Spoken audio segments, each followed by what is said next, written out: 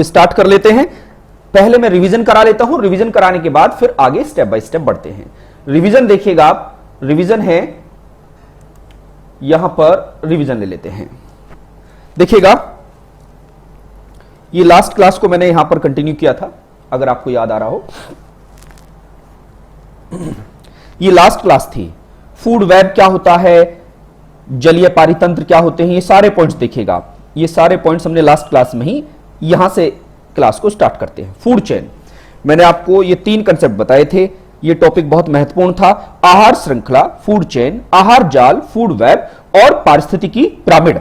आप में से इन दोनों चीजों से तो बहुत सारे स्टूडेंट अवगत हैं और सहज हैं, इनको आसानी से वो कर सकते हैं, परंतु ये टॉपिक थोड़ा सा उनके लिए कष्टदायी हो सकता है, क्योंकि हमने पढ़ा तो है, लेकिन पढ़ने के बाद जो समस्याएं आती हैं, वो समस्याएं क्या उत्पन्न होती हैं? वो समस्याएं ये रहती हैं कि सर जो पिरामिड है, पिरामिड का कंसेप्ट एग्जैक्ट समझ में नहीं आता है।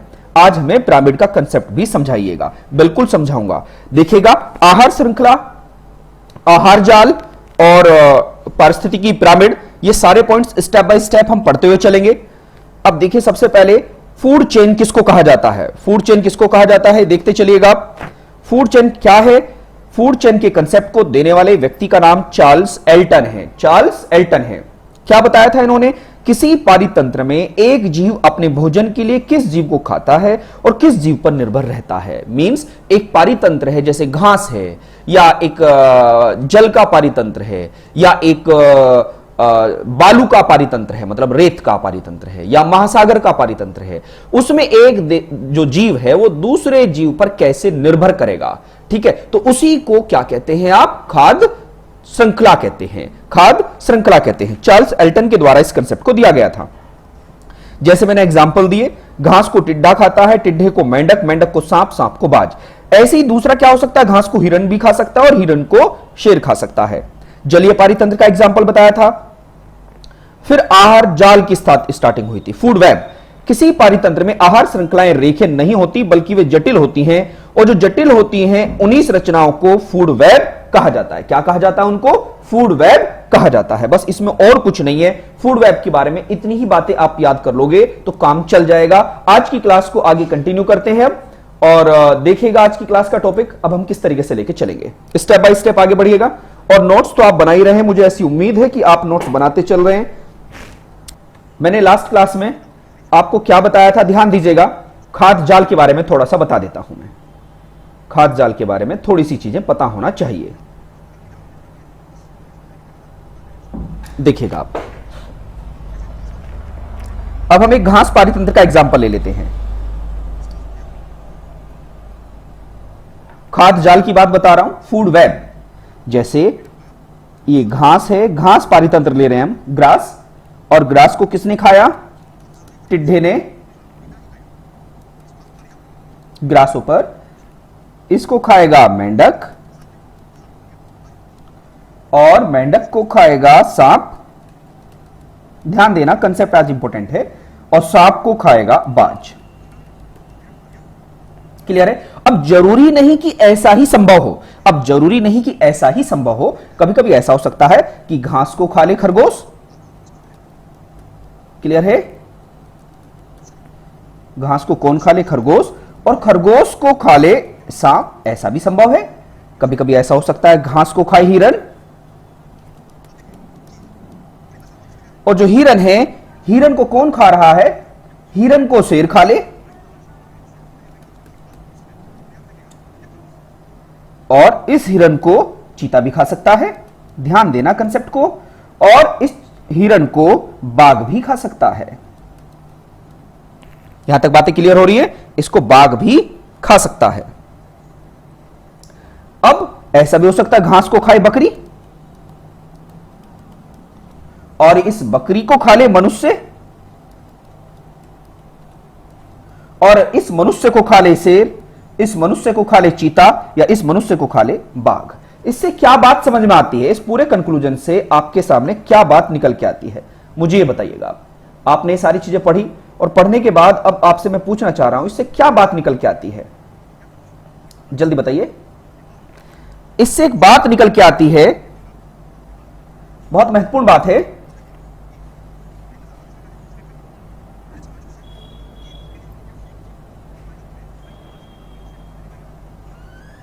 इसका मतलब क्या है, एक जीव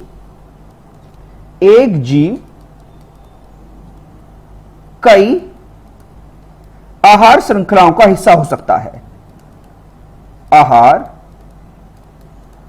श्रृंखलाओं का हिस्सा हो सकता है। ध्यान देना, लिखते रहना, ये ऑब्जेक्टिव सवाल बनेगा।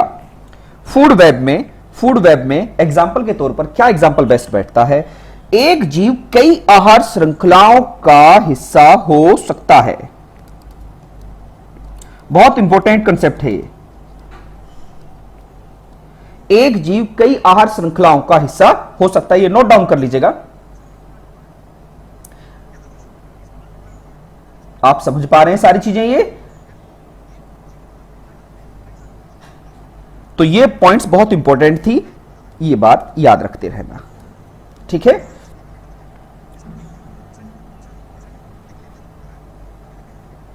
आपने क्या अंतर देखा, जो फूड चेन था, आहार श्रृंखला था, वो एक रेखीय था। एक रेखीय क्यों बता रहा हूं मैं, लीनियर फॉर्म था। जैसे एक जीव दूसरे को खा रहा, दूसरा तीसरे को खा रहा, तीसरा चौथा तीसरा, इस तरीके से पूरा एक चेन सिस्टम था।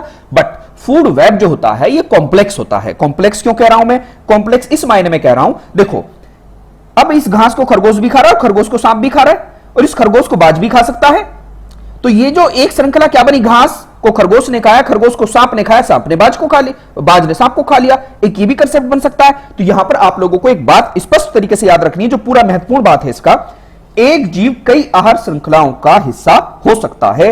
ये पॉइंट्स और ये कंसेप्ट आपको अपने माइंड में रखना है। ये बात पूरी हो जाती है। अब क्लास का जो सबसे महत्वपूर्ण टॉपिक है आज की क्लास का, अब सबसे बेस्ट हम पढ़ते हैं, जो बहुत महत्वपूर्ण है, जो सभी को पढ़ना है। आज की क्लास का मेन टॉपिक जो है, आज हम पढ़ते हैं पारिस्थितिकी पिरामिड। सबसे महत्वपूर्ण टॉपिक, एक सवाल इसी से आता है, एक सवाल इसी से आता है, इकोलॉजिकल पिरामिड। अब हम इस टॉपिक को पढ़ने वाले हैं, सबको ईमानदारी से पढ़ना है। कई सारे डाउट होते हैं, आधे लोग रट लेते हैं, आज ही रटने वाली कंसेप्ट को खत्म कर लेते हैं। इकोलॉजिकल पिरामिड, इकोलॉजिकल पिरामिड, पारिस्थितिकी पिरामिड।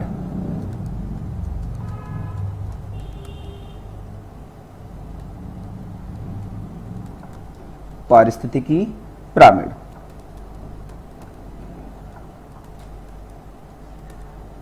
क्लियर है? अब सवाल है क्या होता है, सवाल है कि पारिस्थितिकी पिरामिड होता क्या है।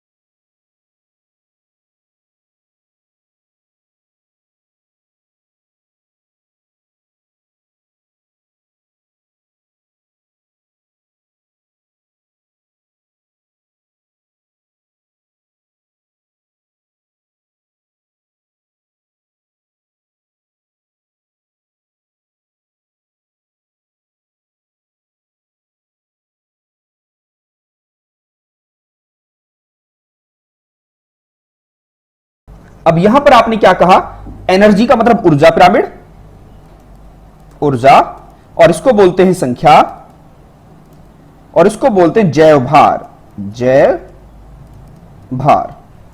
क्लियर है बातें? मैंने क्या बताया, पारिस्थितिकी जो पिरामिड होते हैं, पारिस्थितिकी पिरामिड, पिरामिड होता क्या है। सर ये पिरामिड बनाने की आवश्यकता क्या होती है। अब तक जो हमने पढ़ा है, अब तक हमने फूड चेन पढ़ा है, फूड वेब पढ़ा है, बहुत सारे जीवों के बारे में आपने बताया है कि किस तरीके से कहानी आगे बढ़ती है। हमने ट्रॉपिक लेवल पढ़ा है, पोषक स्तर पढ़ा है, और जितना भी कॉम्प्लेक्सिटी, जितना भी ध्यान देना, जितना भी पारिस्थितिकी तंत्र में कॉम्प्लेक्सिटी अधिक होगी, जितना भी पारिस्थितिकी तंत्र में, देखो मैं आपसे यह पूछ रहा हूं कि एक पारिस्थितिकी तंत्र में जितनी कॉम्प्लेक्सिटी, मतलब जितनी आहार श्रृंखलाएं या फूड वेब जितना मजबूत होगा वह पारिस्थितिकी तंत्र उतना ही मजबूत माना जाता है, वो इकोलॉजिकल सिस्टम इतना ही मजबूत माना जाता है। वो तो सब कुछ हो गया, लेकिन जो अब हम पढ़ने वाले हैं, अब हम क्या पढ़ने वाले हैं? अब हम पढ़ने वाले हैं कि सर ये तो ठीक है, अब आप हमें इस पारिस्थितिकी पिरामिड के बारे में और बताइएगा। ये कुछ और नहीं है, ये केवल एक कंसेप्ट है, पिक्टोरियल रिप्रेजेंटेशन है। पिक्टोरियल रिप्रेजेंटेशन है। पिक्टोरियल रिप्रेजेंटेशन का मतलब क्या है? चित्रात्मक, चित्रीय निरूपण है। यह चित्र के द्वारा समझाया गया एक निरूपण है, चित्रीय निरूपण। अब मैं समझाऊंगा कि कैसे है चित्रीय निरूपण। पिक्टोरियल रिप्रेजेंटेशन, पिक्टोरियल रिप्रेजेंटेशन चित्रीय निरूपण है। ध्यान देते चलना, यह एक चित्रीय निरूपण है। किसका? जीवों के संबंध का, जीवों के संबंध का, जीवों के रिलेशंस का, संबंधों का। ओके, मतलब जीवों के संबंधों का मतलब क्या हुआ भैया? इसका मतलब यह हुआ एक पोषक स्तर से दूसरे पोषक स्तर की ओर। एक पोषक स्तर समझते, ट्रॉपिक लेवल। एक पोषक स्तर से मींस ट्रॉपिक लेवल से दूसरे पोषक स्तर की ओर, दूसरे पोषक स्तर की ओर। बड़ा आसानी से क्या बताया? पिरामिड होता क्या है, पिरामिड किसको बोलते हैं? सबसे पहले इसकी डेफिनेशन देखिए। डेफिनेशन के तौर पर क्या समझाया गया कि सर यह एक चित्रीय निरूपण है, पिक्टोरियल रिप्रेजेंटेशन है, रिलेशन बिटवीन बायोटिक एलिमेंट, जीवों के संबंधों का। कैसे? एक पोषक स्तर से, एक पोषक स्तर से दूसरे पोषक स्तर की ओर। जैसे घास एक पोषक स्तर हुआ, घास का संबंध किससे? टिड्ढे से, तो दूसरा पोषक स्तर हुआ। टिड्ढे का संबंध किससे है? टिड्ढे का संबंध मेंढक से है, तो मेंढक तीसरा पोषक स्तर हुआ। मेंढक का संबंध सांप से है, तो सांप चौथा पोषक स्तर हुआ। कहने का मतलब यह हुआ एक पोषक स्तर से दूसरे पोषक स्तर के बीच में जो पिक्टोरियल रिप्रेजेंटेशन है, उस पिक्टोरियल रिप्रेजेंटेशन को ही आप पिरामिड बोलते हो। क्या बोलते हो आप? उसको पिरामिड बोलते हो। यह बातें आपको समझ में आनी होनी चाहिए। ये तो बात क्लियर हो गई। अब आपने कहा ठीक है सर, ये बात हमें समझ में आ गई, ये बात क्लियर है। अब पिक्टोरियल रिप्रेजेंटेशन कितने प्रकार का होता है? 3 प्रकार का होता है। पिक्टोरियल रिप्रेजेंटेशन, चित्रात्मक जो निरूपण होता है, वह 3 प्रकार का होता है। एक तो होता है एनर्जी, एक होता है संख्या पिरामिड, एक होता है जैव भार, एक होता है जैव भार। अब इनको सबसे पहले हम पढ़ते हैं ऊर्जा पिरामिड। सबसे पहले क्या पढ़ते हैं हम? ऊर्जा पिरामिड। ध्यान देना, ऊर्जा पिरामिड। सबसे पहले एनर्जी पिरामिड पढ़ लेते हैं। एनर्जी पिरामिड, ऊर्जा पिरामिड, ऊर्जा पिरामिड।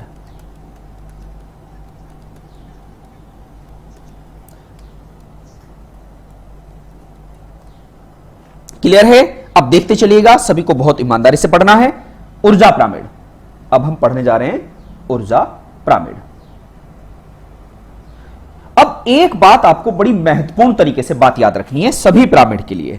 सभी पिरामिड के लिए एक महत्वपूर्ण बात बता रहा हूं, जिससे कि जब ऑब्जेक्टिव सवाल बने तो आपको बिल्कुल तकलीफ ना हो। मैं क्या बताना चाह रहा हूं आपको, जब भी नोट कर लेना इस बात को, कोई भी पिरामिड बनाओ, 3 प्रकार के पिरामिड बताए हैं मैंने आपको। कौन कौन से पिरामिड बताए हैं देखिएगा इधर। एक तो ऊर्जा पिरामिड, एक संख्या पिरामिड, एक जैवभार पिरामिड। अब इसका मतलब क्या है, थोड़ा सा मतलब समझिएगा, फिर इनका कंसेप्ट आपके माइंड में बैठ जाएगा।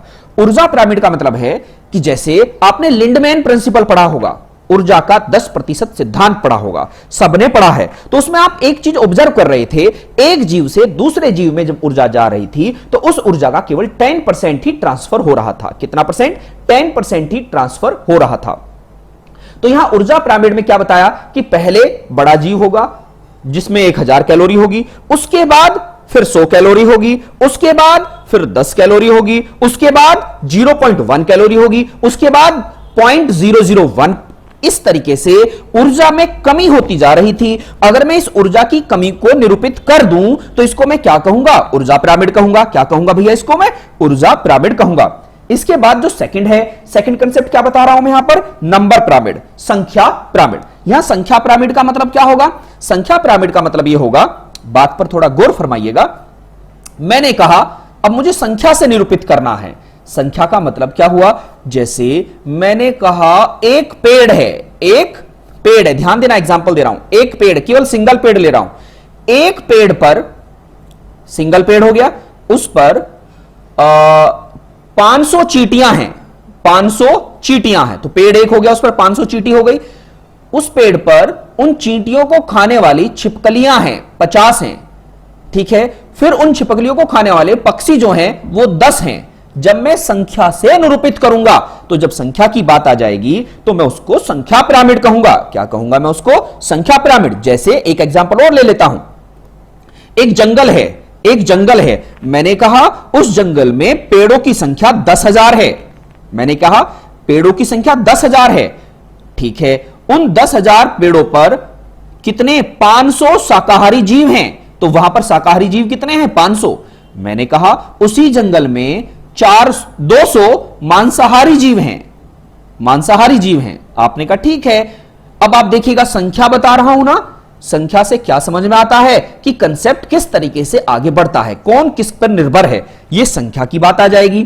फिर मैं कहूंगा बायोमास, जैव भार। जैव भार क्या होगा भैया? जैव भार का मतलब होगा अगर मैं उस जीव में, जैसे पेड़ हैं, एक जंगल में 500 पेड़ हैं, 500 पेड़ों को काट के सुखा लेता हूं, जो सूख के जब शुष्क हो जाएगा, ड्राई हो जाएगा, वो पूरे सूख जाएंगे पेड़। और ऐसे ही उस जंगल में जितने जीव जंतुओं थे उनको मार के उन्हें सुखा लेता हूं। सुखाने के बाद जो वजन आता है, सुखाने के बाद जो वजन आता है, तो वो वजन किस में अधिक होगा, इसकी बात जो बताएगी वो जैव भार, मतलब जीव का भार बताएगा। ओके, बस थोड़ा सा भी इतना समझिएगा, अभी बस इतना समझिएगा कि पिरामिड 3 प्रकार के होते हैं। प्रथम ऊर्जा पिरामिड, सेकंड संख्या पिरामिड और थर्ड बायोमास पिरामिड। यह बात आपको कितनों को समझ में आई? जल्दी बताइएगा। अभी आपने क्या चीजें पढ़ी कि सर पिरामिड जो होते हैं, यहां पर पिरामिड जो होते हैं वो 3 प्रकार के होते हैं। सबसे पहले जो फर्स्ट पिरामिड होता है, उस फर्स्ट पिरामिड का मतलब होता है ऊर्जा पिरामिड, और जो दूसरा होता है उसका नाम होता है नंबर पिरामिड, और जो थर्ड होता है बायोमास पिरामिड होता है। ये बातें क्लियर हो गई? बिल्कुल बिल्कुल बिल्कुल। बस अभी थोड़ा थोड़ा पढ़ते चलिएगा, सबको समझ में आ जाएगा। अब थोड़ा सा बड़ी स्क्रीन कर लेता हूं वापस। अब देखिएगा यहां पर आपने कहा ठीक है सर, ये तो बात हमें समझ में आ गई। अब मैं इनमें से पहले एग्जांपल को लेकर चल रहा हूं। फर्स्ट एग्जांपल ऊर्जा पिरामिड, एनर्जी पिरामिड। तो एनर्जी पिरामिड को कैसे शुरू करेंगे, उससे पहले सभी पिरामिड के लिए एक बात को अपने मस्तिष्क में फीड कर लो, एक बात को अपने मस्तिष्क में फीड कर लो सभी पिरामिड के लिए। वो मैं नोट लिखा रहा हूं यहां पर, ये बड़ा महत्वपूर्ण है, नोट है, विशेष बिंदु है, विशेष बात है, खास बात है। क्या खास बात है? वो खास बात यह है किसी भी पिरामिड को बनाते समय, मींस इकोलॉजिकल पिरामिड को, इकोलॉजिकल पिरामिड को बनाते समय, पिरामिड को बनाते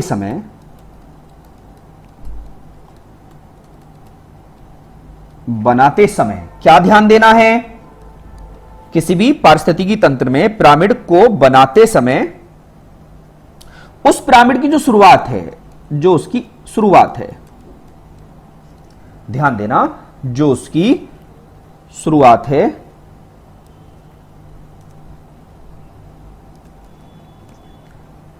शुरुआत में या आधार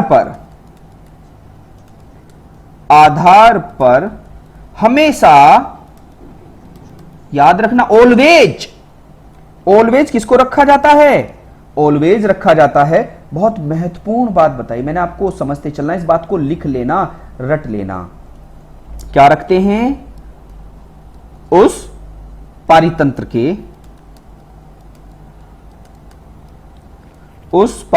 के उत्पादक को रखा जाता है, उत्पादक को रखा जाता है। इसे रट लो, रखा जाता है। क्या बताया मैंने, जल्दी बताओ। मैंने आपको ये पॉइंट्स लिखा है, बस ये नोट है। नोट क्या है? देखिए मैंने आपको क्या बताया, इकोलॉजिकल पिरामिड को बनाते समय बड़ी महत्वपूर्ण बात याद रखनी है। उसकी शुरुआत में या उसके आधार पर, मतलब जहां से उसकी शुरुआत करोगे, जहां से स्टार्टिंग करोगे, स्टार्टिंग में ऑलवेज उस पारितंत्र के उत्पादक को रखा जाता है। मतलब स्टार्टिंग बेस, आधार, मतलब आधार का मतलब नींव, नींव का मतलब समझ रहे हो, कोई भी इमारत बना रहे हो तो सबसे पहले नींव होगी। तो जो नींव होती है भैया, नींव पर क्या रखा जाएगा? उत्पादक रखा जाएगा। जैसे एग्जाम्पल समझ लो, मैं घास पारितंत्र बता रहा हूं तो सबसे पहले घास आएगा। अगर मैं कह रहा हूं ट्री, एक पेड़ का पारितंत्र, तो पहले पेड़ आएगा। अगर मैं एक जल का पारितंत्र बता रहा हूं तो जल का उत्पादक कौन है? मैंने बताया था जल का उत्पादन कौन होता है? फाइटोप्लैंक्टन, तो वो आएगा। अगर मैं किसी भी पारितंत्र का एग्जाम्पल दूं तो उस एग्जाम्पल में बेस जो होगा, आधार जो होगा, कौन होगा? उस पारितंत्र का उत्पादक होगा। ये बात अपने माइंड में सेट कर लो। अब हम किसी भी प्रकार का पिरामिड बनाएं तो पिरामिड आपको समझ में आएगा। अब एग्जाम्पल ले लेते हैं। अब एग्जाम्पल देखिएगा यहां पर, अब एग्जाम्पल देखिएगा ऊर्जा पिरामिड का। मैं एग्जाम्पल ले लेता हूं, किसका? ऊर्जा पिरामिड का एग्जाम्पल, क्योंकि हमने ऊर्जा पिरामिड, ध्यान देना। अब हम ऊर्जा पिरामिड बता रहे हैं। ऊर्जा पिरामिड, शर्त तो मैंने बता दी पिरामिड की। ऊर्जा पिरामिड, एनर्जी पिरामिड, ओके। ऊर्जा पिरामिड, कोई भी पिरामिड बनाएं तो बेस पर हमेशा उस पारितंत्र का उत्पादक होगा, प्रोड्यूसर होगा, जो खाना बनाता है, और सब उस पर निर्भर करते हैं। ठीक है, बेस जो शुरुआत होगी हमेशा उत्पादक से होगी। अब एग्जाम्पल ले लेते हैं। ठीक है, अब एग्जाम्पल देखिए भैया, सबसे पहले ले लेता है क्या एग्जाम्पल?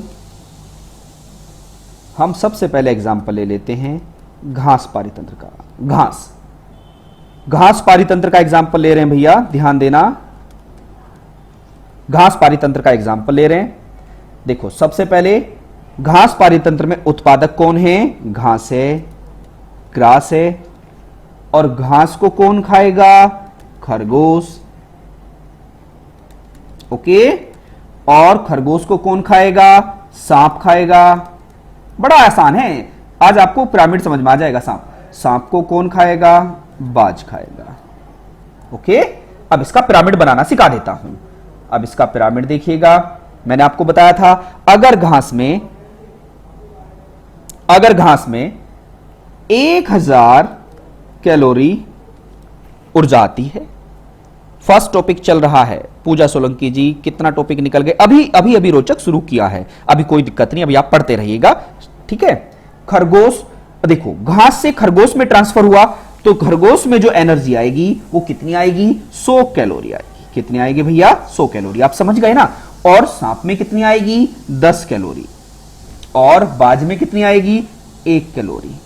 1 कैलोरी, क्लियर है। अब इसका पिरामिड समझिएगा, बहुत आसानी से समझना है, बड़े खास ध्यान से देखना है ऊर्जा पिरामिड को। अगर यह समझ में आया तो सारी चीजें समझ में आती रहेंगी फिर आपको। मुझे एक बात बताओ, मैंने अभी एक नोट लिखाया था। नोट क्या लिखाया था? इकोलॉजिकल पिरामिड को बनाते समय शुरुआत मतलब आधार पर हमेशा कौन होगा? उस पारितंत्र का उत्पादक होगा, प्रोड्यूसर होगा। तो इस घास पारितंत्र का जो उत्पादक है वो कौन है? घास है। तो सबसे नीचे कौन आ जाएगा? तो देखो जो सबसे बड़ा है उसकी बड़ी लाइन खींच लो, उसकी बड़ी लाइन, तो ये हो गया घास। क्या हुआ? ये घास, ओके। फिर इसके बाद कौन है? खरगोश। खरगोश में कम एनर्जी गई तो इसकी छोटी लाइन हो गई। फिर कौन हुआ? सांप। सांप की और छोटी हो गई। और फिर उसके बाद बाज और छोटी हो गई। क्लियर हो गया? आप क्या देख रहे हैं? आप देख रहे हैं कि सर बाज की और छोटी होगी तो बाज की और छोटी सी मान लो ये। ठीक है, ये वाली हो गई, ऐसे समझ लो। तो अब इसको ऐसे बना लो, अब इसको ऐसे बना लो, तो ये ऊर्जा पिरामिड बना। ये घास हुआ, ये घास हुआ, और ये खरगोश हुआ, और इसके बाद सांप हुआ, और सबसे बाद में कौन हुआ? बाज हुआ। कौन हुआ? बाज हुआ। तो आप क्या देख रहे हैं? आप देख रहे हैं ऊर्जा पिरामिड बनाते समय, ऊर्जा पिरामिड बनाते समय ऊर्जा का ह्रास, ये क्या होगा? ऊर्जा में कमी है, ये ऊर्जा में कमी को दिखा रहा है। ऊर्जा जो चल रही है ऊपर वो उसकी कमी को दर्शा रहा है। यहां तक बात क्लियर हुई? यहां तक कोई डाउट है? जल्दी बताइएगा, कोई डाउट हो तो बताइएगा। इससे क्या समझ में आया? घास को खाता है खरगोश, खरगोश को खाता है सांप, सांप को खाता है बाज खाता है। अब आप किसी भी पारितंत्र का बनाइएगा, अब आप किसी भी पारितंत्र का बनाइएगा। जैसे अब एक एग्जांपल और ले लेते हैं, जल पारितंत्र का बना लेते हैं। क्या एग्जांपल? ऊर्जा का ही सेकंड एग्जांपल है जल पारितंत्र। जल पारितंत्र, जल पारितंत्र, जल पारितंत्र में भोजन कौन बनाता है? फाइटोप्लैंक्टन। फाइटोप्लैंक्टन,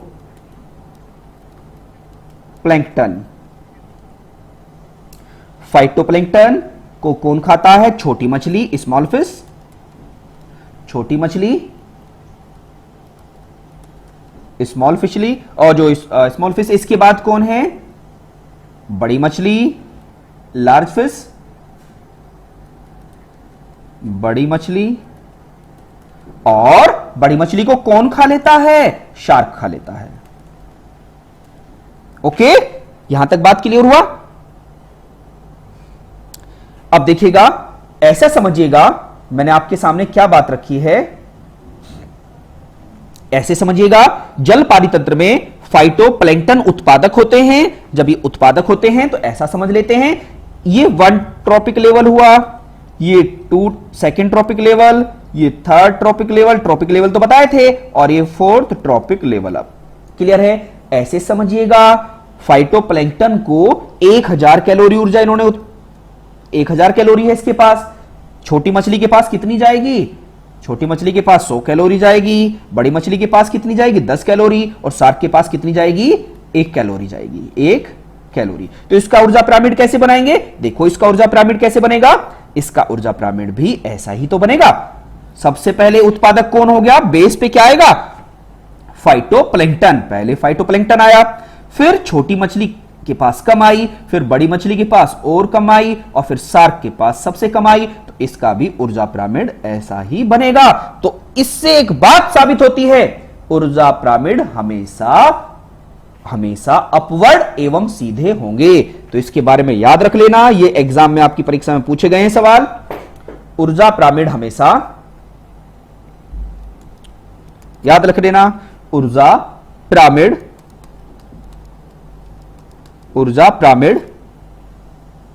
हमेशा हमेशा अपवर्ड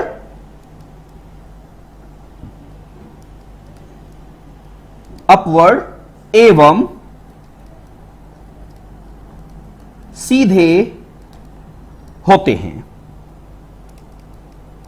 सीधे होते हैं, ये पॉइंट्स याद रखना ऊर्जा पिरामिड के बारे में। अपवर्ड का मतलब क्या समझ रहे हो? इसको बोलते हैं अपवर्ड। अपवर्ड का मतलब ऊपर को, ठीक है। और सीधे का मतलब बिल्कुल ऊपर है, ऐसे हैं, ठीक है। ये आप लोगों को याद रखना है। इसको आप क्या बोलते हो? ऊर्जा पिरामिड बोलते हो। ऊर्जा पिरामिड के बारे में क्या पढ़ा आपने? वापस समझिएगा। हमेशा एक जैसी ही डायरेक्शन में होते हैं, हमेशा एक जैसी ही डायरेक्शन में होते हैं ऊर्जा पिरामिड।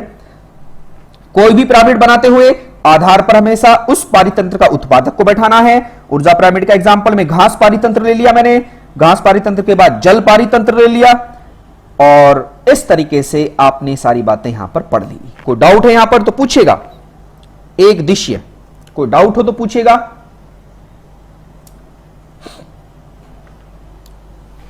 जल्दी बताइएगा। ऐसा क्यों होता है? क्योंकि किसी भी पारितंत्र में ऊर्जा हमेशा सबसे पहले उत्पादक के पास सर्वाधिक होती है, ठीक है ना। ये बातें आपको क्लियर हो गई होंगी। अब हम पढ़ते हैं संख्या pyramid, pyramid of numbers. Pyramid of numbers पढ़ लेते हैं। पिरामिड ऑफ नंबर्स, संख्या पिरामिड। अब हम दूसरा पिरामिड पढ़ रहे हैं, संख्या पिरामिड। संख्या पिरामिड,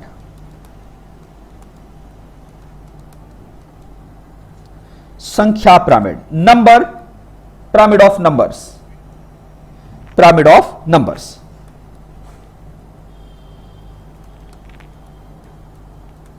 पिरामिड ऑफ नंबर्स, ठीक है। पिरामिड ऑफ नंबर्स पढ़ रहे हैं अब हम, तो इसको समझिएगा। पिरामिड ऑफ नंबर्स का मतलब क्या हुआ? अब संख्या के आधार पर निरूपित कर रहे हैं। अब हम संख्या के आधार पर निरूपित कर रहे हैं। जैसे एग्जाम्पल ले लेते हैं घास पारीतंत्र का ही। एग्जाम्पल किसका ले लेते हैं? घास पारीतंत्र का ही एग्जाम्पल ले लेते हैं। बड़ा आसान है, कोई दिक्कत नहीं है, समझते चले जाओगे सभी, कोई टफ नहीं है इसमें। इसमें होगा क्या? इसमें एग्जाम्पल जैसे हमने सबसे पहले घास पारीतंत्र,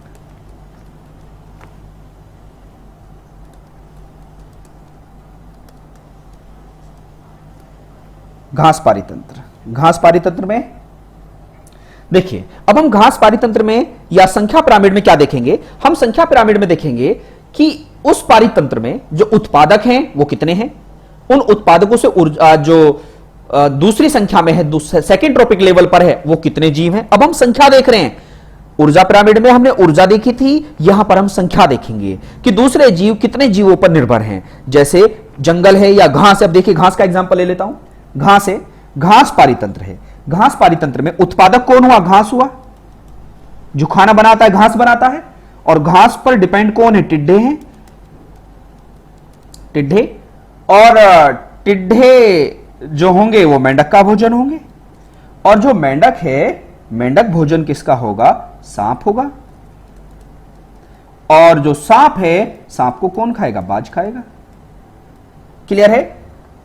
अब आपको यहां पर मैं बताने लगा, अगर मैं जनरली आपको बताने लगा उस पारीतंत्र में घास की संख्या कितनी होगी। मैंने कहा घास तो सर बहुत सारे होंगे। छोटा सा एग्जांपल ले लेता हूं। जैसे घास हुआ 1 लाख, संख्या में कितना हुआ? 1 लाख घास हुआ। काउंट करने लिए अब यह 1 लाख घास है, तो 1 लाख घास है तो टिड्डे भी क्या 1 लाख ही होंगे? नहीं ना, टिड्डे कम होंगे। तो 1 लाख घास को टिड्डे खाने कितने होंगे? टिड्डे यहां पर केवल 1000 होंगे मान लेते हैं। अब 1000 टिड्डों को खाने वाले मेंढक कितने हैं? 100 मेंढक हैं। और 100 मेंढक को खाने वाले कितने सांप हैं? 10 सांप है। और इन 10 सांप को खाने वाला एक बाज है। क्लियर हुआ? यहां तक बात समझ में आ रही है?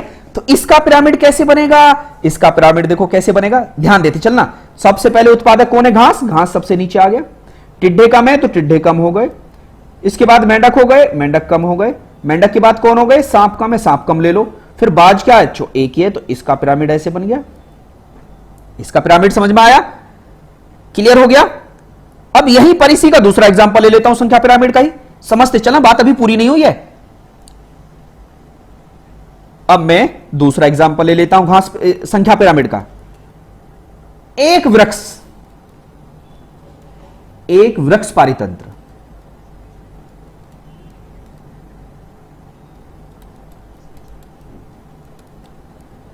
एक वृक्ष का पारीतंत्र। सिंगल ट्री, एक पेड़ ले रहा हूं, केवल एक पेड़। अब मैंने कहा एक वृक्ष है, केवल एक पेड़, बहुत सारे पेड़ नहीं, केवल एक पेड़। ओके, संख्या पिरामिड समझा रहा हूं जिससे संख्या पिरामिड की कहानी समझ में आ जाए। एक वृक्ष है, तो इस वृक्ष पे जो ट्री है, ये उत्पादक कौन हो गया? एक ट्री हो गया, पेड़ हो गया। इस पेड़ पर, एक पेड़ पर चींटियां होंगी, चींटियां होंगी बहुत सारी। ओके, और इन चींटियों को खाने वाली छिपकली होंगी। बातें क्लियर हो रही हैं? मैंने क्या, एक वृक्ष है, उस पर चींटियां हैं, फिर छिपकली हैं, और इस छिपकली को खाने वाले कौन हैं? पक्षी हैं। मैंने कहा पेड़ तो केवल एक था, एक पेड़। तो मुझे बताओ, अगर पेड़ एक है तो चींटियां क्या एक ही होगी? नहीं ना, 1000 चींटियां हो सकती हैं, संख्या है। और छिपकली कितनी हो सकती हैं? छिपकली 50 हो सकती हैं। और ऐसे समझ लो, अगर 50 छिपकली तो पक्षी कितने होंगे? 5 होंगे। क्लियर हुआ? समझ में आए? बिल्कुल बिल्कुल। अब देखिएगा यहां पर बड़ा आसान तरीके से, अब समझिएगा। यहां पर मैंने कहा वृक्ष तो एक ही था, तो देखो यहां पर याद रखना, वृक्ष को मैंने पॉइंट से समझा दिया। ये वृक्ष है, अब वृक्ष को खाने वाले वृक्ष पर चींटियां कितनी हैं? 1000, तो ये 1000 चींटियां का ये एग्जांपल चींटियों का हो गया। छिपकली कितनी होगी इससे कम? तो छिपकली इससे कम हो गई। और पक्षी कितने इससे भी कम? तो पक्षी इससे भी कम हो गए। तो इससे क्या ऐसे बना ये पिरामिड, ऐसे बना पिरामिड, ये पिरामिड ऐसे बना। क्लियर हो गया यहां तक? यहां पर कोई डाउट हो तो जल्दी बताइए। ये पिरामिड इस तरीके से बन गया जैसे मैंने क्या कहा, फिर वापस एग्जांपल समझा देता हूं। सबसे पहले तो वृक्ष, क्योंकि पिरामिड, कोई भी पिरामिड बनाओ तो सबसे बेस में क्या आएगा? उत्पादक आएगा, प्रोड्यूसर आएगा। तो वृक्ष एक है तो वृक्ष बना ले। ये चींटियां कितनी हैं? 1000 है तो 1000 चींटियां ये हो गई। तो ये तो यहां तक तो इतना ऐसे बन गया। फिर छिपकली कम है तो कम छिपकली ऐसी है तो इसको ऐसे बनाओ। फिर पक्षी और भी कम है तो पक्षी और भी कम है, पक्षी ये है तो फिर ऐसे बनाओ। तो इसका मतलब क्या हुआ? इसका मतलब हुआ ये संख्या पिरामिड जो है, संख्या पिरामिड बिल्कुल एग्जैक्ट चीजें नहीं बताते। संख्या पिरामिड एक प्रकार के नहीं होते। संख्या पिरामिडों में समस्याएं आती हैं। संख्याएं पिरामिड ऊर्जा पिरामिड की तरीके से नहीं होते, क्योंकि ये संख्या को निरूपित करते हैं। जैसे आपके सामने एग्जाम्पल है, मैंने संख्या पिरामिड के 2 एग्जाम्पल दिए।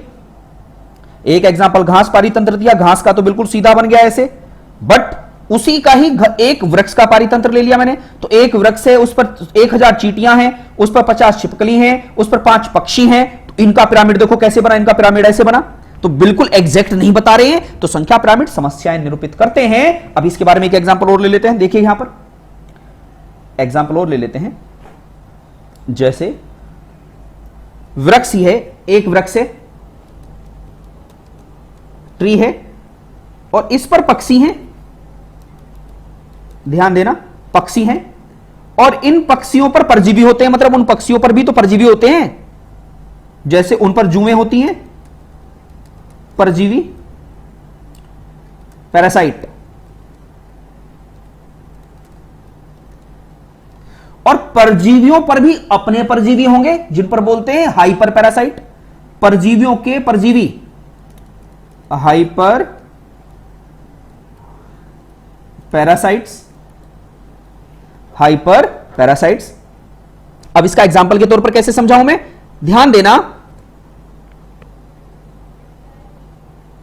जैसे वृक्ष एक हुआ, पक्षी कितने हो गए? 100 पक्षी हैं उस वृक्ष पर। अब एक बात बताओ, अगर 100 पक्षी हैं तो उन पे जुएं सोई होंगी क्या? नहीं नहीं, ज्यादा होंगी ना। तो इसका मतलब क्या हुआ? उन पर हजारों जुएं होंगी, और इन पर 5000 से ज्यादा क्या है? हाइपर पैरासाइट हैं। तो इस पर क्या बना इसका पिरामिड? इसका पिरामिड देखिए कैसे बना। वृक्ष एक है तो सबसे पहले तो वृक्ष आ जाएगा, एक वृक्ष है। पक्षी कितने हैं? 100 हैं, तो 100 पक्षी हो गए।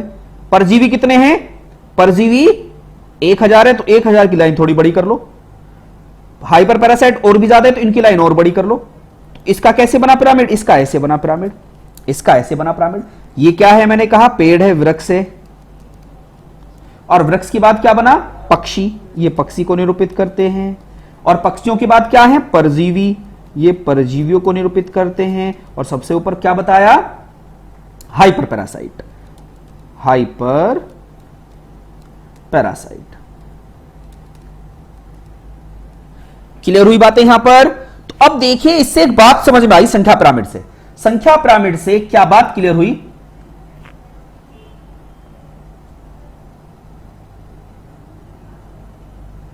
ध्यान देना, इसके बारे में एक लाइन लिख लेना।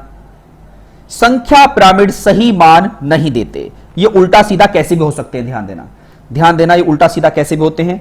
संख्या पिरामिड एग्जैक्ट बातें नहीं बताते, ये ध्यान देना। लेकिन मैंने बताना सिखा दिया है आपको, संख्या पिरामिड सही मान नहीं देते, सही मान, एग्जैक्ट वैल्यू नहीं देते। क्यों नहीं देते? मैंने आपको ऊपर सिखाया है। देखिएगा यहां पर संख्या पिरामिड कितने कितने प्रकार के बन रहे हैं। देखो, ये तो सीधा बन रहा था ऊपर को, ये संख्या पिरामिड का एग्जांपल था, ये सीधा बन रहा है बिल्कुल। चलो यहां तक बात समझ में आ गई। फिर देखो दूसरे वाला कैसे बन रहा है, उल्टा सीधा, पता नहीं कहीं बड़ा है कहीं छोटा है, इसमें सारे मिश्रण हो गए। फिर तीसरा देखो, ये अलग प्रकार का बन रहा है, ये उल्टा बन रहा है। तो ये उल्टा भी बन सकता है, सीधा भी बन सकता है, दोनों का मिश्रण भी बन सकता है। ठीक है, तो संख्या पिरामिड सही मान नहीं देते। तो कभी कभी पूछा जाता है कि संख्या पिरामिड क्या सीधे होते हैं, अपवर्ड होते हैं, डाउनवर्ड होते हैं, लीनियर होते हैं? तो आप कहोगे नहीं, इन सब का मिश्रण होते हैं। कभी ये उल्टे होते हैं तो कभी ये सीधे होते हैं और कभी कभी ये दोनों के मिश्रण होते हैं। ये बात क्लियर हो गई आपको? ये बात क्लियर है? यहां पर बता देता हूं इस वाले में, ये वृक्ष हो गया, ये कौन हुआ? ये वृक्ष हुआ। यहां पर क्या हुआ? चींटियां हुई। ये क्या हुई? चींटियां हुई। और ये क्या है? छिपकली है। और लास्ट में क्या है? ये पक्षी है। क्लियर हुआ? ये पक्षी हैं। अब आप मुझे बताओ कि संख्या पिरामिड क्लियर है, ऊर्जा पिरामिड क्लियर है? कोई डाउट हो जल्दी बताओ भैया। आपको बिल्कुल ऐसे नहीं बैठना है, आपको अपने डाउट पूछने हैं, तभी तो क्लास चल रही है। जब तक आप अपने डाउट नहीं पूछोगे तो कैसे आगे बढ़ेंगे? जल्दी जल्दी बताइएगा। 2 पिरामिड सीख गए और आप ये ऑब्जर्व करते हो, सीटेट में 1 सवाल आता है, यूपीटेट में 1 से 2 सवाल आते हैं यहां से, केवल पिरामिड से। और पिरामिड का कंसेप्ट क्लियर नहीं होता है। मैं आपको पिरामिड का कंसेप्ट क्लियर कर रहा हूं, यही कारण है कि मैं आपको बार बार रिवाइज करा रहा हूं भैया। 2 पिरामिड हमने सीखे हैं अभी। एक तो हमने ऊर्जा पिरामिड सीखा है। ऊर्जा पिरामिड का मतलब क्या सीखा हमने? ऊर्जा पिरामिड हमेशा एक दिशा होता है, अपवर्ड होता है, अपवर्ड होता है वो। ठीक है, एक दिशा होता है, जिससे कि आपको समस्या नहीं आनी चाहिए। कोई भी कैंडिडेट हो तो मेरे से बिल्कुल पूछ सकता है विदाउट हेजिटेशन। मैं हर कैंडिडेट की बात सुन रहा हूं। Well done. मैं आपके मैसेज भी पढ़ रहा हूं इसी कारण, जिससे कि आपको यह समस्या ना आए। ठीक है, ठीक है। तो अब मैं आगे बढ़ जाता हूं। पिरामिड की बात ही क्लियर हो गई है। अब हम तीसरा पिरामिड देख लेते हैं, जो थर्ड पिरामिड है हमारा। जो थर्ड पिरामिड है, वो थर्ड पिरामिड कौन सा है? जल्दी बताइएगा। जैव भार पिरामिड।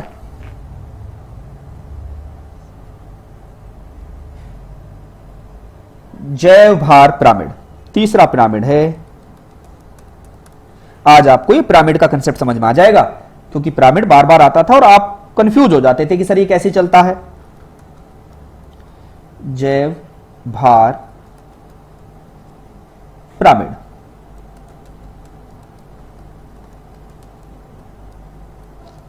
जैव भार पिरामिड, इसी को बोलते हैं बायोमास, बायोमास पिरामिड।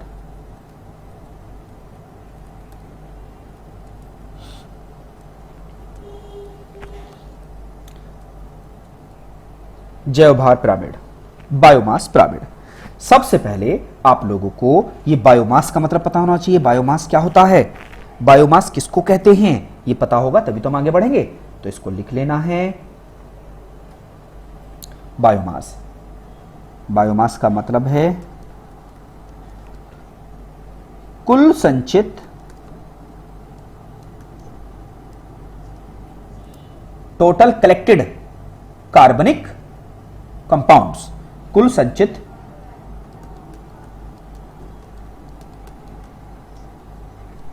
कार्बनिक पदार्थ।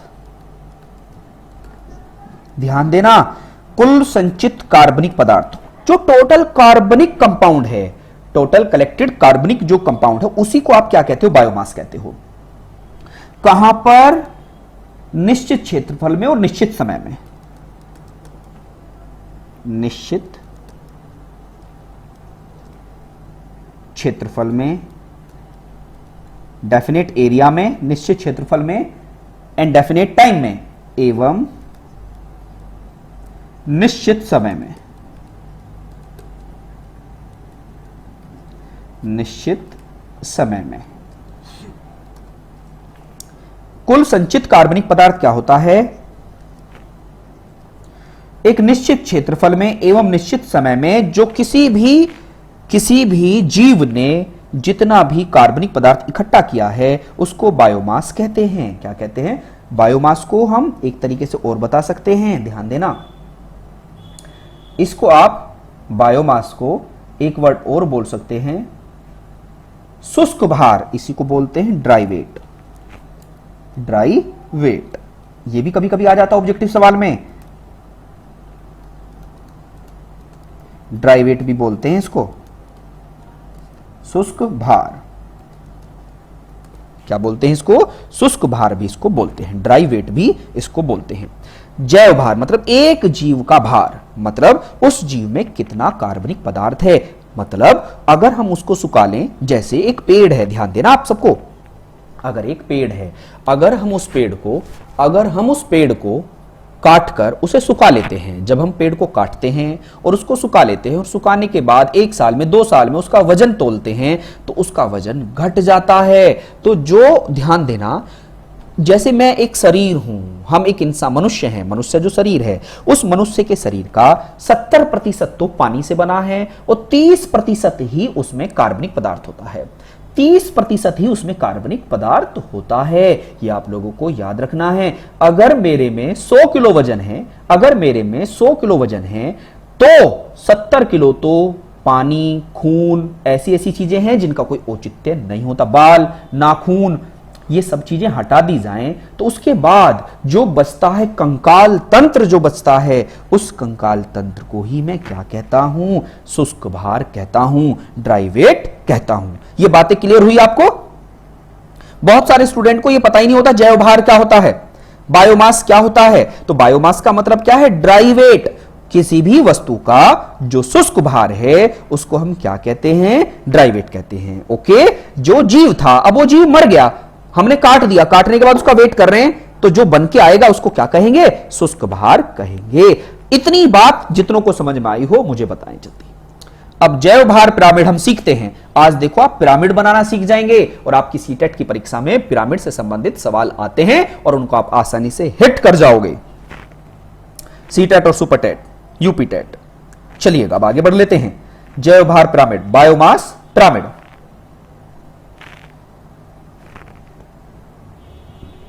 अब इसको एग्जाम्पल की दृष्टि से देखते हैं। एग्जाम्पल की दृष्टि से देखते हैं। एग्जाम्पल की दृष्टि से क्या है? ठीक है, देखो शुष्क भार में क्या क्या निकाल दिया। शुष्क भार में क्या क्या नहीं होता? नेल नहीं होते, बॉन्स नहीं होती, हड्डियां नहीं होती, जल नहीं होता, बाल नहीं होते,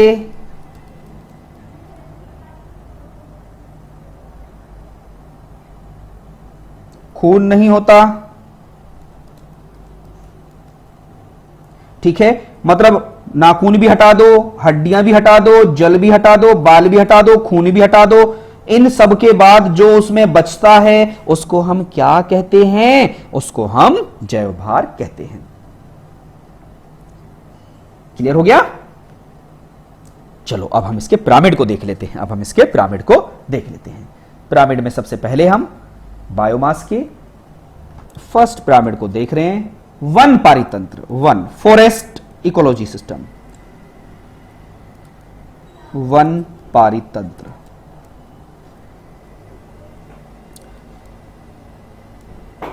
वन पारितंत्र, ठीक है। अब वन पारितंत्र में मुझे आप बताइए, वन पारितंत्र में उत्पादक कौन है? वन है, पेड़ हैं, जंगल हैं, फॉरेस्ट है, वन।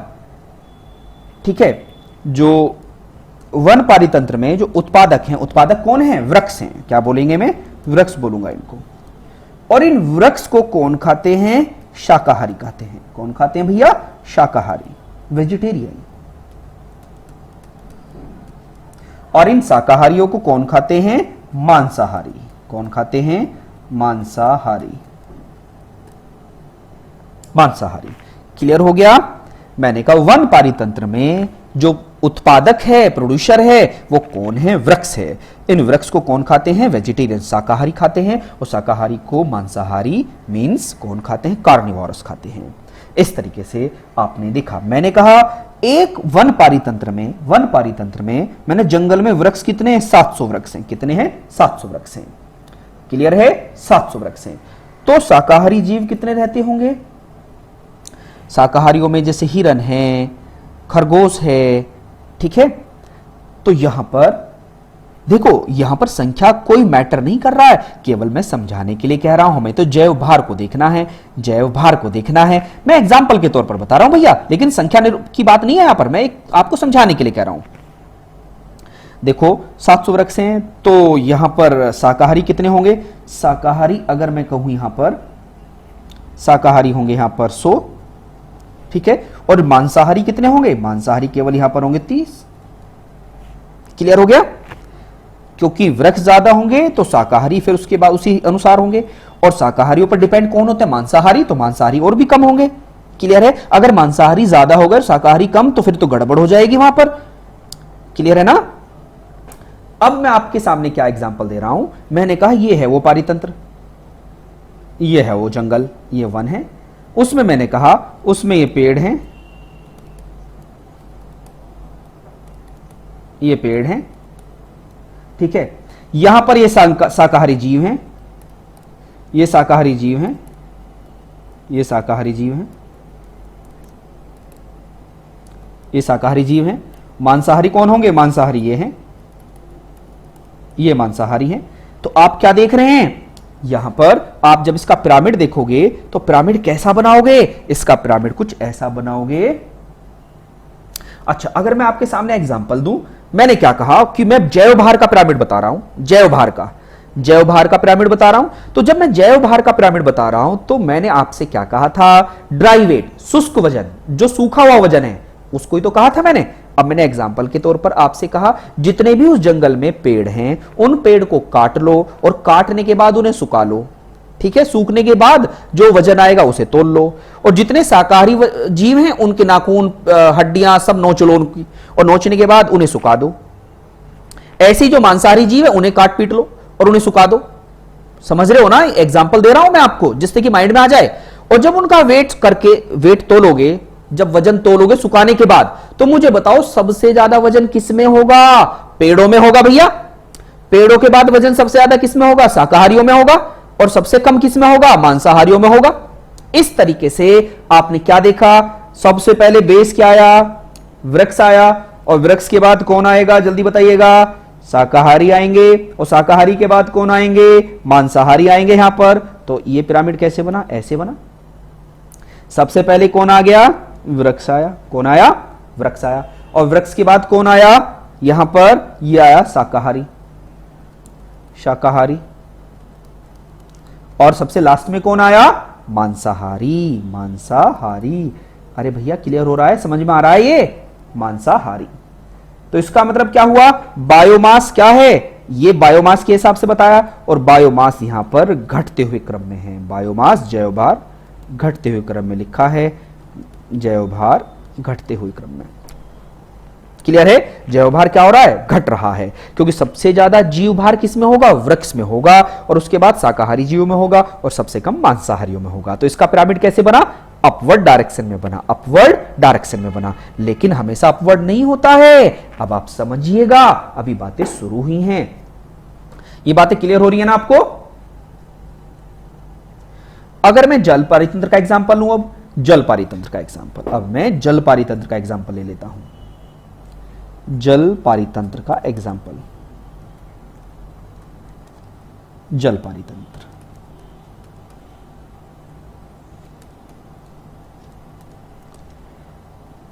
जल पारितंत्र में उत्पादक कौन है? उत्पादक कौन होता है? फाइटोप्लैंक्टन। फाइटोप्लैंक्टन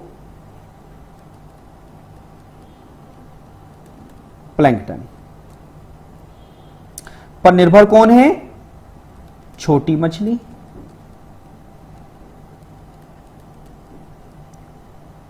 और फिर है बड़ी मछली,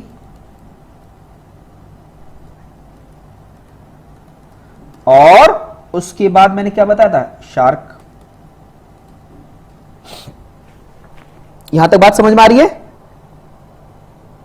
ये बात क्लियर हो रही होगी आपको? अब मैं आपको एक चीज बता रहा हूं, अब समझिएगा। अब इसको आप, मैं ऐसे बता रहा हूं, ये जल पारितंत्र है, ये जल है, ये जल है। तो जल में ये है फाइटोप्लैंक्टन, ये काई, समझते हो? काई,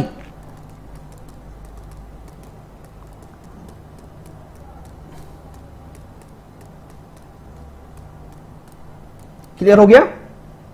आप समझिएगा, ये हुआ ये एक मैंने कहा झील है, ये एक झील है, जल का मतलब झील है ये, और ये झील में ये काई है, फाइटोप्लैंक्टन काई सुनी होगी ना आपने, जरूर देखी होगी। ठीक है, ये फाइटोप्लैंक्टन है। और इसमें मैं जो रिप्रेजेंट करूंगा, छोटी मछली को रिप्रेजेंट करूंगा इस कलर से। ये छोटी मछली है, ये छोटी मछलियां हैं, ये छोटी मछलियां हैं। क्लियर है? ये क्या है, इससे रिप्रेजेंट कर रहा हूं छोटी मछली।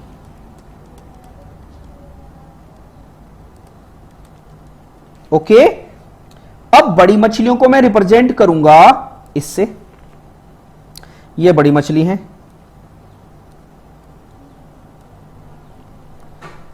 ये बड़ी मछली है, बड़ी मछली है।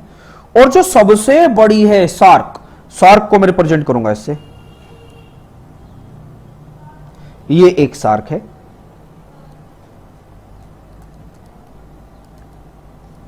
ये बात क्लियर हुई आपको? यहां तक बात समझ में आ रही है? अब भैया बात को और बेहतर तरीके से समझ लेते हैं। आपने, मैंने जैव भार की बात कर रहा हूं मैं, जैव भार, जैव भार समझिएगा भैया। देखो अब एक बात समझो, जैव भार का मतलब क्या था? शुष्क भार, मतलब सुखाने के बाद उसमें से हड्डी निकाल दो, खून निकाल दो, बाल नोच लो, नाखून नोच लो, उसके बाद जो शुष्क भार बचता है उसको मैं क्या बोलता हूं? जैव भार बोलता हूं। ये तो बात हो गई आपके सामने क्लियर। मैंने आपको झील बना दी सामने, और इस झील में ये जो ब्लू लाइन से है ये काई है, फाइटोप्लैंक्टन है, फाइटोप्लैंक्टन है। उसके बाद मैंने छोटी मछली बताई, छोटी मछलियों के बाद बड़ी मछली बताई, और बड़ी मछलियों के बाद मैंने शार्क बताई। और आप लोगों को एक बात पता होनी चाहिए, नहीं पता है तो समझ लेते हैं। जो एक शार्क का वजन होता है, जो एक शार्क का वजन होता है वो 30 हाथियों के बराबर होता है। एक शार्क का वजन 30 हाथियों के बराबर होता है, ध्यान देना, 30 हाथी, एलिफेंट के बराबर होता है। यह बात क्लियर हो गई? अगर यह बात समझ में आई होगी, एक बात और समझ लो, इस झील में जितनी काई है सारी इकट्ठी कर लो, इस झील में जितनी काई है उसे इकट्ठी करके सुखा लो, और सुखाने के बाद उसका वजन निकाल लेना। तो रुई जैसी होती है, रुई, कॉटन सुना है ना, कॉटन जैसी होती है जो काई होती है। जब हम सुखा के वजन तोलेंगे तो बहुत कम होगा, बहुत कम होगा।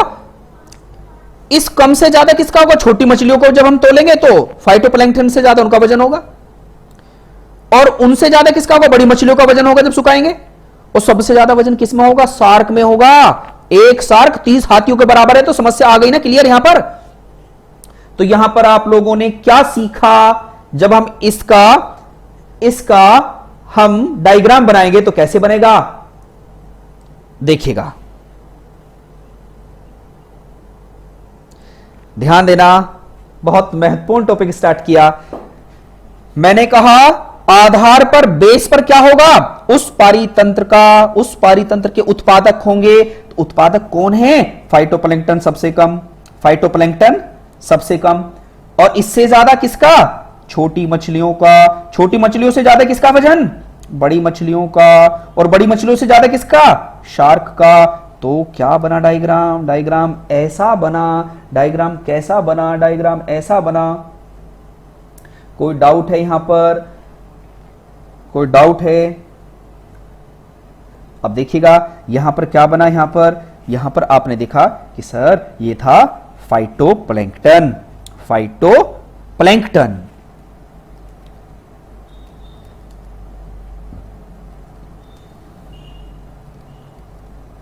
ये फाइटोप्लैंक्टन हो गए, ये छोटी मछली,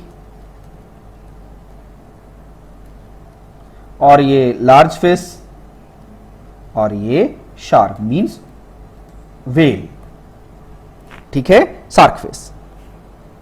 तो इसका पिरामिड कैसे सीखा आपने? इसका पिरामिड आपने दो तरीके से सीखा, या तो ये सीधे बनेंगे या ये उल्टे बनेंगे, या तो ये सीधे बनेंगे या ये उल्टे बनेंगे।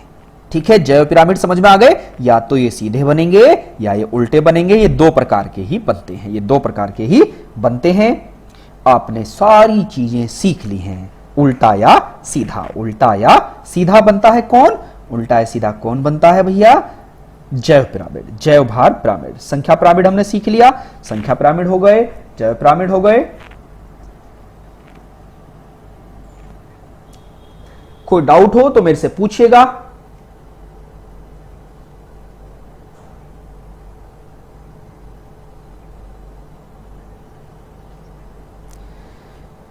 क्लियर हुआ? यहां तक बात आपको समझ में आई होगी। यहां तक कोई डाउट नहीं होगा आपको। जल्दी बताइएगा। उम्मीद करता हूं ये बातें आपको समझ में आ गई होंगी।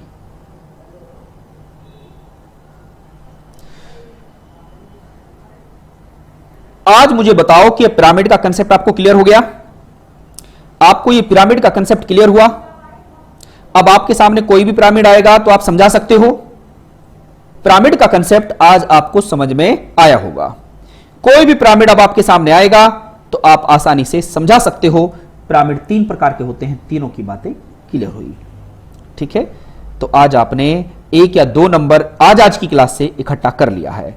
देखो ये पूरा का पूरा चैप्टर फिनिश हो चुका है। ये पूरा चैप्टर फिनिश हो चुका है। पूरा चैप्टर फिनिश हो चुका है भैया। ये इस चैप्टर में मैंने आपसे जो कहा था वो पूरा कर दिया है।